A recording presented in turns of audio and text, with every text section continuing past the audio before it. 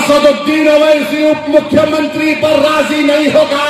मुख्यमंत्री होगा सीमांचल का बेटा। मुख्यमंत्री होगा तो सीमांचल का बेटा होगा। और सीमांचल से इंसाफ उसी वक्त होगा जब यहां का बेटा पटना के जालिमों के सामने कुर्सी डालकर पैर पे पैर रखकर बोलेगा, अब बोल, अब सीमांचल का इंसाफ। तेजस्वी के बाजू बैठकर वीआईपी का लीडर कहता है कि अब की बार मल्लाह का बेटा उप मुख्यमंत्री बनेगा। मैं आपसे वादा कर रहा हूं, अगर मल्लाह का बेटा उप मुख्यमंत्री बनेगा तो बताओ मेरे अमूर की जनता, क्या अब्दुल्लाह का बेटा मुख्यमंत्री नहीं बन सकता? बताओ, क्या मोहम्मद का बेटा मुख्यमंत्री नहीं बन सकता बिहार का? क्या अबू बकर का बेटा मुख्यमंत्री नहीं बन सकता? क्या फातिमा का बेटा मुख्यमंत्री नहीं बन सकता? तो ये लड़ाई मुख्यमंत्री बनाने की है। अब असदुद्दीन ओवैसी उप मुख्यमंत्री पर राजी नहीं होगा। मुख्यमंत्री होगा सीमांचल का बेटा। मुख्यमंत्री होगा तो सीमांचल का बेटा होगा। और सीमांचल से इंसाफ उसी वक्त होगा जब यहां का बेटा पटना के जालिमों के सामने कुर्सी डालकर पैर पे पैर रखकर बोलेगा, अब बोल, अब सीमांचल का इंसाफ होगा।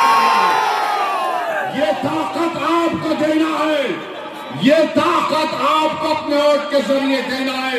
देंगे ताकत आप, और पड़ेगा सीमांचल के नाम पर वोट देना है। इसीलिए आज आप देखते हैं कि बौखलाहट का शिकार होकर एक तरफ से मोदी और नीतीश कुमार, दूसरी तरफ से वो 30 साल के निकम्मे साहब, दोनों मिलकर अख्तर ईमान के खिलाफ दो महाजों पर लड़ रहे। मैं एक तरफ कहूंगा, फिर से कह रहा हूं, मेरे भाई, अज़बियत का वक्त नहीं है, इत्तेहाद का वक्त है। याद रखो, तुम्हारी शनाख्त सुरजापुरी भी है, तुम्हारी शनाख्त कुलैया भी है, तुम्हारी शनाख्त शेरशाहबादी भी है। बराबर उस पर कायम रहो और फख्र से कहो। मगर याद रखो, जिंदगी में एक ऐसे लम्हे भी आते जहां पर हमको ये बताना पड़ेगा।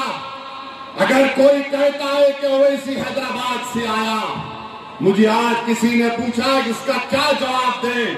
मैंने कहा, उसका एक ही जवाब दे भाई, तू उसको बोल, हाँ हैदराबाद से आया। मगर मेरा उसका रिश्ता ये है, वो रिश्ता जिसको रब्बे करीम ने कलमे की बुनियाद पर कायम किया, जो खून के रिश्ते से बढ़कर है। मैं तुमको उसका वास्ता दे रहा हूं मेरे भाई, मैं तुमको उसका वास्ता दे रहा हूं मेरी मां और बहनों। मैं तुम्हारा रिश्तेदार नहीं हूं, मगर मैं वो शख्स जरूर हूं अपने गुनाहों के बावजूद भी, कि अगर तुमको कोई तकलीफ पहुंचती है तो यकीनन मेरे आंख में आंसू आते हैं, यकीनन मेरे दिमाग में तकलीफ होती है। और मैं आज उसी तकलीफ को दूर करने के लिए मजलिस इत्तेहादुल मुस्लिमीन आपके दरमियान में आई। मेरे अजीज दोस्तों और बुजुर्गों, अपने इत्तेहाद को मजबूत करिए, डरने और घबराने की जरूरत नहीं है। मैं आपसे वादा कर रहा हूं, जितने काम इस विधानसभा में अभी होना बाकी है, वो मेरी जिम्मेदारी है, वो मेरी जिम्मेदारी है। अगर वो काम नहीं होंगे तो 5 साल के बाद असदुद्दीन ओवैसी इस विधानसभा को तुम्हारे दरमियान में नहीं आएगा। मैं काम करूंगा इंशाअल्लाह। अख्तर ईमान का हाथ पकड़कर, अख्तर ईमान का कान पकड़कर हम पूरे काम को मुकम्मल करवाएंगे जो 30 साल में निकम्मे ने पूरे नहीं किए।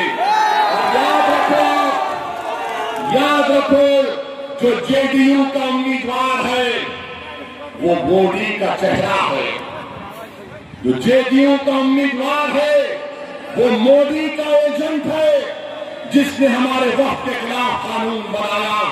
तो मेरे अजीज दोस्तों और बुजुर्गों, 800 करोड़ के काम अख्तर ईमान इस किताब में बता रहे हैं कि 5 साल में हुए। इंशाअल्लाह ताला आपका साथ रहा तो क्या काम कराएंगे। अगर सरकार नहीं कराएगी तो फिर क्या होगा, वो सरकार की जिम्मेदारी होगी। बहरहाल मेरे अमूर की जनता, आज आप यहां पर आए, आपका बहुत बहुत शुक्रिया। तो क्या आप 11 तारीख के दिन मोहम्मद के बेटे को मुख्यमंत्री बनाएंगे? क्या आप अब्दुल्ला के बेटे को मुख्यमंत्री बनाएंगे? क्या आप फातिमा के बेटे को मुख्यमंत्री बनाएंगे? याद रखो, ये उस दिन आपको अपने इत्तेहाद को दिखाना, इत्तेहाद बताएंगे ना आप मुत्तहिद रहेंगे ना इंशाअल्लाह। तो हमारे साथ आठ उठा करके ये सीमांचल जिंदाबाद, सीमांचल जिंदाबाद, सीमांचल जिंदाबाद, पदम छाप जिंदाबाद, नारे तकबीर, नारे तकबीर। अल्लाह सलामत रखे आपको। अस्सलाम वालेकुम व रहमतुल्लाहि व बरकातहू।